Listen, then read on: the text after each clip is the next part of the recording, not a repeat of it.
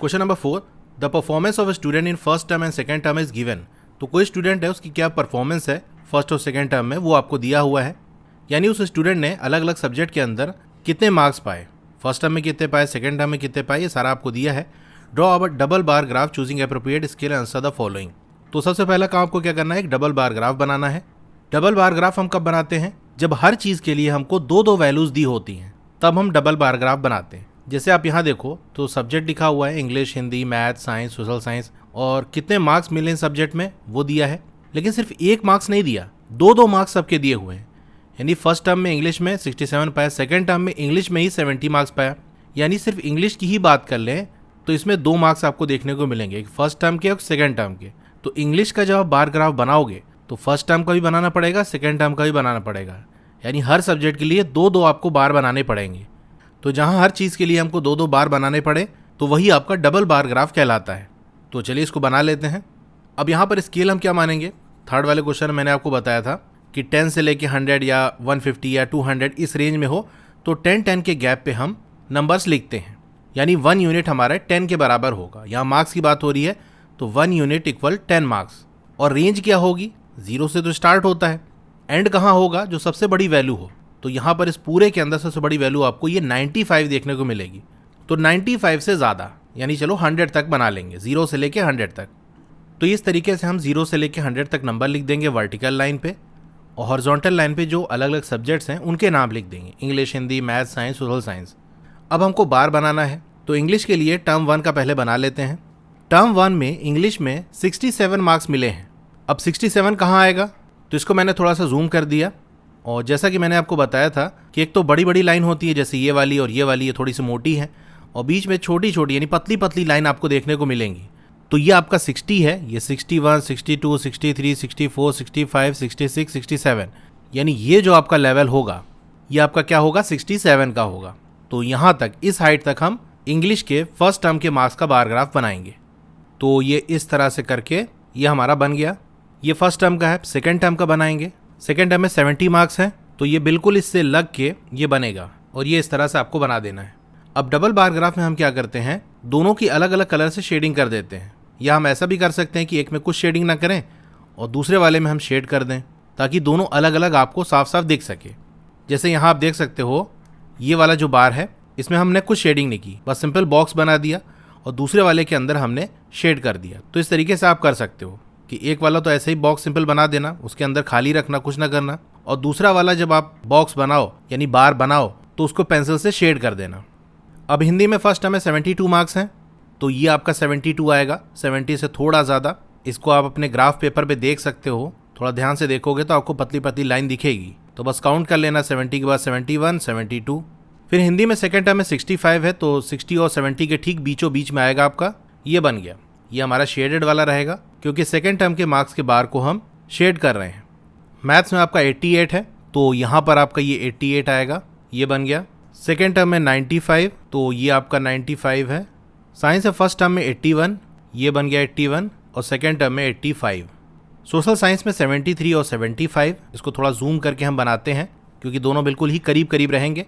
ये लेवल हमारा 70 का है और ये 80 है, तो 73 कहाँ आएगा, ये रहेगा, और 75 हमारा ये है। ठीक है, तो ये 73 और 75 बन गया। अच्छा, ये नीचे यहाँ मार्क्स नहीं होगा बल्कि ये हमको सब्जेक्ट्स दिया हुआ है, और वर्टिकल लाइन पे हमारे यानी खड़ी हुई जो लाइन है उस पर मार्क्स दिया हुआ है। अब इसमें 2 चीज़ और बची रह गई।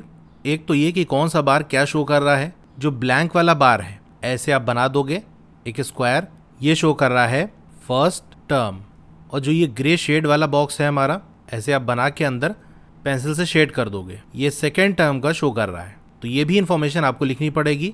और फिर अब क्या बचा, स्केल बताना। ये बहुत इंपॉर्टेंट है, भूलना नहीं इसको, कि हमारी स्केल क्या है, कि यहाँ पर हमने 1 यूनिट को 10 मार्क्स के बराबर लिया है क्योंकि 10-10 के गैप पे है ये, और मार्क्स की बात कर रहा है तो 10 मार्क्स के बराबर ये हमारा 1 यूनिट हो गया।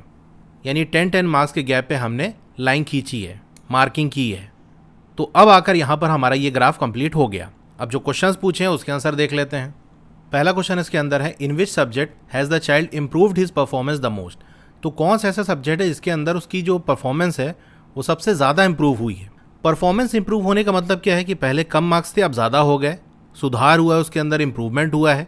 तो एक तो आपको ये देख लेना है कि ऐसे कौन कौन से सब्जेक्ट है जिसके अंदर फर्स्ट टर्म में कम मार्क्स थे लेकिन इस वाले टर्म में यानी सेकेंड टर्म में ज़्यादा मार्क्स हैं। तो ऐसे जो भी मिले उनमें सबसे ज़्यादा जो डिफरेंस आपको देखने को मिलेगा यानी पहले वाले टर्म के कंपैरिजन में सेकेंड टर्म में ज़्यादा मार्क्स किसके अंदर बढ़े हैं वो वाला हमको बताना है। तो आप चाहे तो टेबल देख के बता सकते हो या फिर बार ग्राफ देख के बता सकते हो, तो दोनों में आपको समझा देता हूँ। अब इंग्लिश में देखो 67 से 70 कितना इंप्रूवमेंट हुआ है कि भाई 3 मार्क्स इसका बढ़ गया। हिंदी के अंदर 72 से 65 हो गया, कम हो गया, तो यहाँ तो इंप्रूवमेंट हुआ ही नहीं।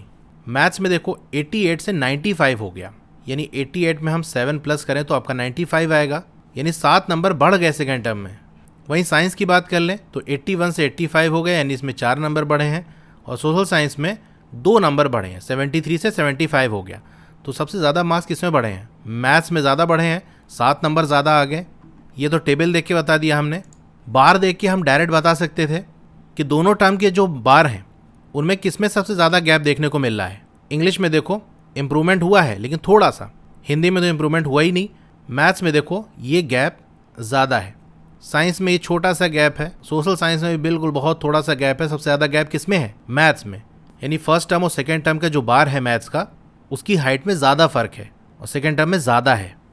The performance has improved the most, सबसे ज़्यादा परफॉर्मेंस इंप्रूव किस में हुई है? इन मैथ्स, मैथ्स में हुई है। सेकेंड वाला क्या है?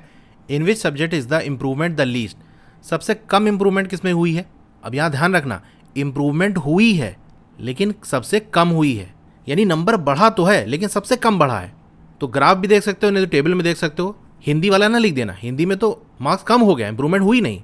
सोशल साइंस में इंप्रूवमेंट हुई है लेकिन सिर्फ 2 नंबर की, सबसे कम नंबर बढ़ा है। साइंस में 4 नंबर बढ़ा है, मैथ्स में 7 नंबर बढ़ा है, इंग्लिश में 3 नंबर बढ़ा है, सोशल साइंस में सिर्फ 2 ही नंबर बढ़ा है। तो सबसे कम इंप्रूवमेंट सोशल साइंस में हुई है। The improvement is least in social science, या the least improvement is in social science subject, ये भी लिख सकते हो। अब थर्ड वाला है, has the performance gone down in any subject, क्या ऐसा भी कोई सब्जेक्ट है इसके अंदर परफॉर्मेंस कम हो गई है, यानी पहले नंबर ज़्यादा थे अब कम हो गए हैं। तो हाँ, हमने देखा था हिंदी के अंदर नंबर कम हो गए हैं, तो ये आप लिख दोगे। तो आप लिखोगे in Hindi the performance has gone down, तो परफॉर्मेंस डाउन चली गई, कम हो गई है। बार की जो हाइट है वो कम हो गई है सेकेंड टर्म के अंदर फर्स्ट टर्म के कंपैरिजन में। तो ये क्वेश्चन नंबर 4 हमारा हो गया।